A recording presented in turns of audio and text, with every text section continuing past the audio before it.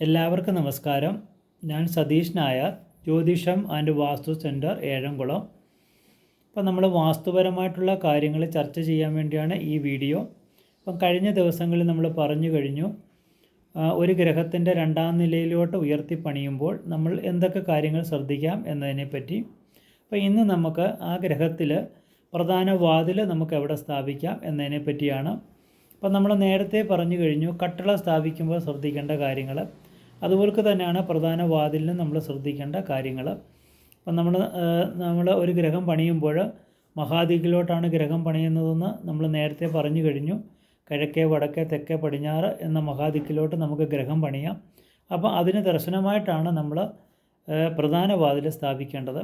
അത് എങ്ങനെ സ്ഥാപിക്കാം, ഏതൊക്കെ ഭാഗങ്ങളിൽ നമുക്ക് സ്ഥാനം കാണാം എന്നതിനെ പറ്റിയാണ് ഇന്ന് പറയുന്നത്.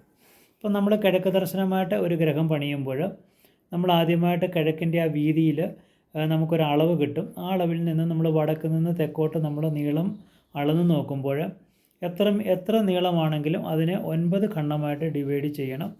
അതിൻ്റെ 2ാം ഖണ്ഡം, 4ാം ഖണ്ഡം, 7ാം ഖണ്ഡത്തിൽ നമുക്ക് പ്രധാന വാതിൽ സ്ഥാപിക്കുന്നതിന് ദോഷമില്ല.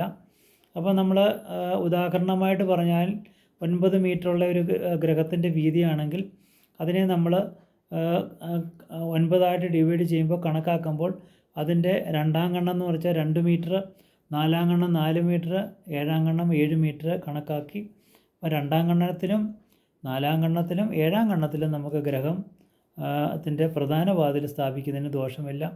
അപ്പം നമ്മൾ നേരത്തെ ആൾക്കാർ പറയാറുണ്ട് ഗ്രഹമധ്യ സൂത്രത്തിൽ നമുക്ക് പ്രധാന വാതിൽ സ്ഥാപിക്കണോ എന്ന് ചോദിക്കാറുണ്ട്. അപ്പം 4ാം ഖണ്ഡം എന്ന് പറയുന്നത് ഗ്രഹമധ്യ സൂത്രമാണ്. അപ്പം നമുക്ക് 9 മീറ്റർ ആകുമ്പോൾ 4.5 മീറ്റർ ആണല്ലോ അതിൻ്റെ പകുതി. അപ്പോൾ 4ാം ഖണ്ഡം നമ്മൾ കണക്കാക്കുമ്പോൾ അതിൻ്റെ പകുതിയിൽ നമ്മൾ സ്ഥാപിക്കുന്നതാണ് ഗ്രഹമധ്യ സൂത്രം.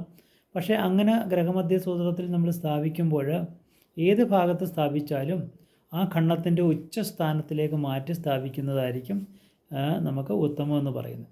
അപ്പോൾ 2ാം ഖണ്ഡമായാലും 7ാം ഖണ്ഡമായാലും 4ാം ഖണ്ഡമായാലും വാതിലിൻ്റെ സ്ഥാനം ഉച്ചസ്ഥാനമാണ്.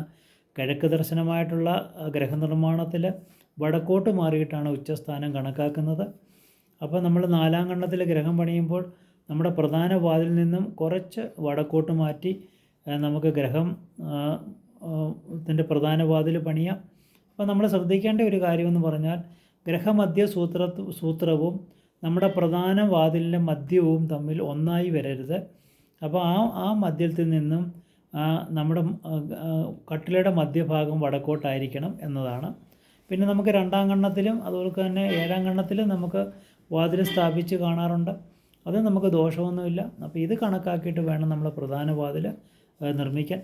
അതുപോലെ തന്നെയുള്ള തെക്ക് ദർശനത്തിലും പടിഞ്ഞാറ് ദർശനത്തിലും വടക്ക് ദർശനത്തിലും ഇതേ അളവിൽ തന്നെയാണ് നമ്മൾ സ്ഥാപിക്കേണ്ടത്. അപ്പം തെക്ക് ദർശനത്തിൻ്റെ 4ാം ഖണ്ഡം എന്ന് പറയുമ്പോൾ നമുക്ക് മധ്യഭാഗം വരും. അതിൻ്റെ കിഴക്കോട്ട് മാറ്റിയിട്ടാണ് ഉച്ചസ്ഥാനമെന്ന് നമ്മൾ കണക്കാക്കുന്നത്. അതുപോലെ തന്നെ പടിഞ്ഞാറ് ഖണ്ഡത്തിൻ്റെ 4ാം ഖണ്ഡം എന്ന് പറഞ്ഞാൽ മധ്യസ്ഥാനം വരും. അതിൻ്റെ വടക്കോട്ട് മാറ്റിയിട്ടാണ് നമ്മൾ ഉച്ചസ്ഥാനമായി കണക്കാക്കുന്നത്. അതുപോലെ തന്നെ വടക്ക് ദർശനമായിട്ടുള്ള ഗ്രഹത്തിൻ്റെ 4ാം ഖണ്ഡം എന്ന് പറയുന്നത് മധ്യഭാഗമായിട്ട് വരും. അതിൻ്റെ കിഴക്കോട്ട് മാറ്റിയിട്ടാണ് ഉച്ചസ്ഥാനമായിട്ട് കണക്കാക്കുന്നത്. അപ്പോൾ ഈ രീതിയിൽ നമ്മൾ നമ്മുടെ പ്രധാന വാതിൽ സ്ഥാപിക്കുന്നത് കൊണ്ട് നമുക്ക് വളരെ ഗുണമാണ്. യഥാർത്ഥം പറഞ്ഞാൽ ഒരു ഗ്രഹത്തിൻ്റെ പ്രധാന വാതിൽ മനുഷ്യ ശരീരത്തിൻ്റെ മൂക്കിൻ്റെ സ്ഥാനം പോലെയാണ്. ശ്വസനം നമുക്ക് ഗ്രഹത്തിൽ ഉണ്ടാകുന്നത് ഈ പ്രധാന വാതിൽ കൂടെയാണ്. അപ്പോൾ ഇത് മധ്യസൂത്രത്തിൽ നമ്മൾ കറക്റ്റായിട്ട് രീതിയിൽ സ്ഥാപിച്ചാൽ ഗ്രഹത്തിൽ ആവശ്യമായ പോസിറ്റീവ് എനർജി നമുക്ക് ലഭിക്കുന്നതാണ്. അപ്പം ഇത് എല്ലാവർക്കും മനസ്സിലായെന്ന് വിചാരിക്കുന്നു. ഇതേ രീതിയിൽ നിങ്ങൾ ഗ്രഹനിർമ്മാണത്തിൽ പ്രധാന വാതിലുകൾ സ്ഥാപിക്കേണ്ടതാണ്. അപ്പോൾ ഇനി അടുത്തൊരു വിഷയമായിട്ട് നമുക്ക് അടുത്ത വീഡിയോയിൽ കാണാം. നമസ്കാരം.